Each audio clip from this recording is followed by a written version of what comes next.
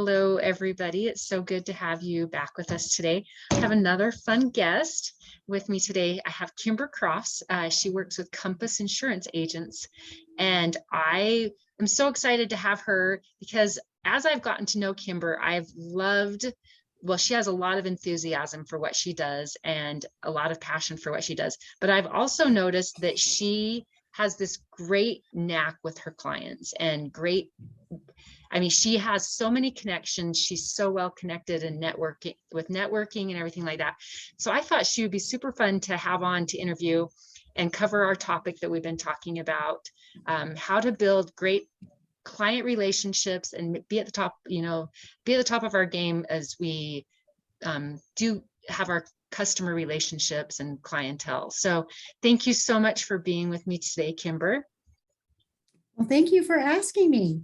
Yeah, I'm honored. Yeah, well, it's super fun. So I would love for you, like I said, to just share some things that you've learned in I know you've done a lot of things in your life and had a lot of interactions with people. So I would love to just hear what has made you successful and makes you different as an insurance agent, first of all, but makes you so successful in what you do.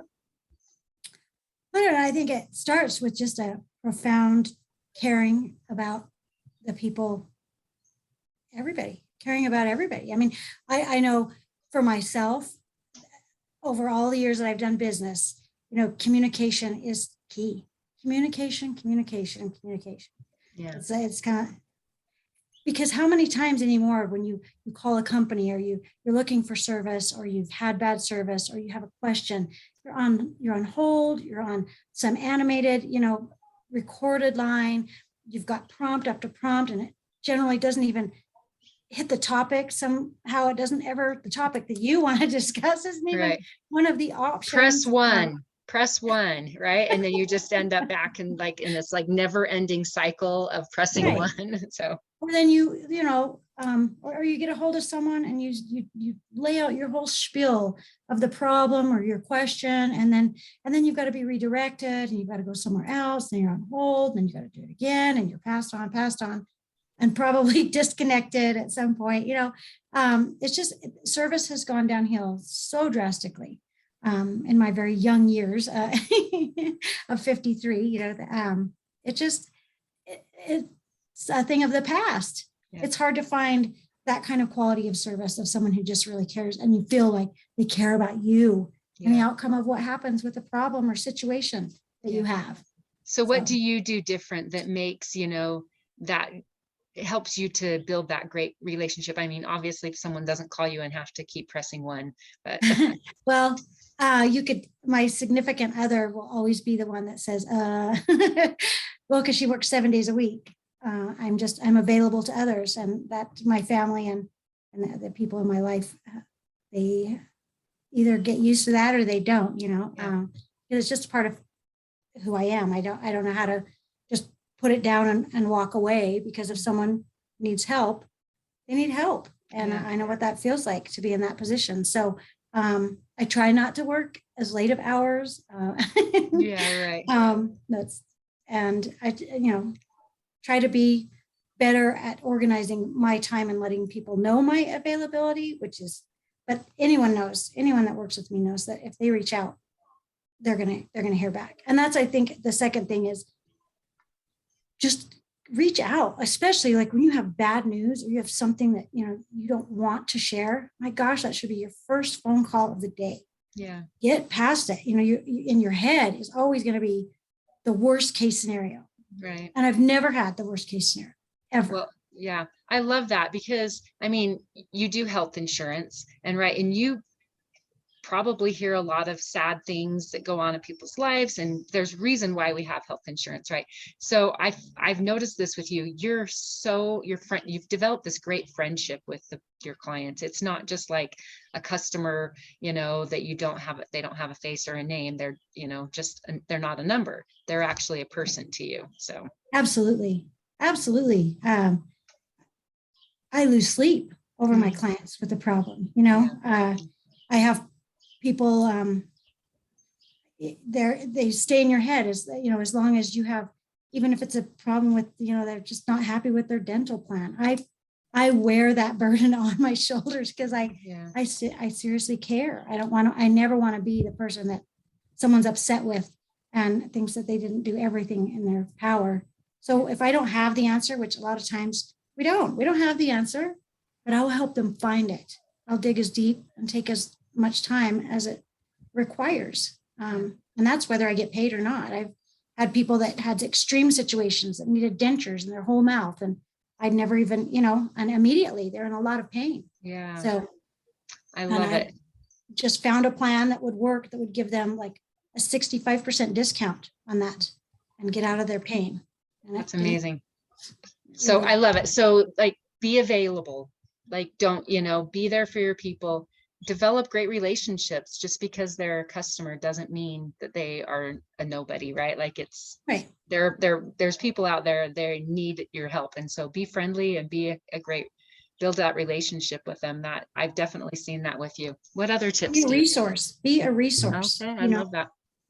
And I guess that's why, the group that we belong to is so good for me, is because I am a resource, and I want to be a bigger resource to the people that are good to me and that value and trust me. I want to always be able to give back. So it's the perfect opportunity for that. Yeah, Kimber and I are in a networking group together, and that's how I've gotten to know her so well, and just seeing, like I said, her enthusiasm for what she does. So I love that. Being a resource is another great tool. Yeah, like if you have somebody to go to, your clients come to you when they have problems. So that's awesome. Cool. I know that most people would say, like, why insurance, right? Yeah. Nobody, in their young years or even going to college, no one says, oh, I want to grow up and be an insurance agent. And I've never seen that happen. I guess it could happen. Yeah, I'm sure. Especially if they had, someone in their household, that they grew up with. And so, but I fell into it because of not having insurance myself. For several years, for like 8 years, I was without insurance. I had supplemental for accident, if I got injured, me or my kids, and or if I had got cancer, something critical illness. Because those, when you're young, those are the two biggest things that you're concerned with. Something tragic, injury or health wise. And it was during the 2007, 2008 time period, and so I ended up getting an opportunity to get insurance, but it was $800 a month. And then once you had it, you couldn't opt out because your kids, it was illegal. So I went and got my license, and I saved myself $600 a month and got us all insured. Awesome. And thought, wow, I probably should tell more people. Right? Yeah. I should probably not be stingy about this information when I have an opportunity. And I didn't market. I've never marketed. This will be like my first podcast ever. But I did that. I just started sharing with people when I heard that they needed something.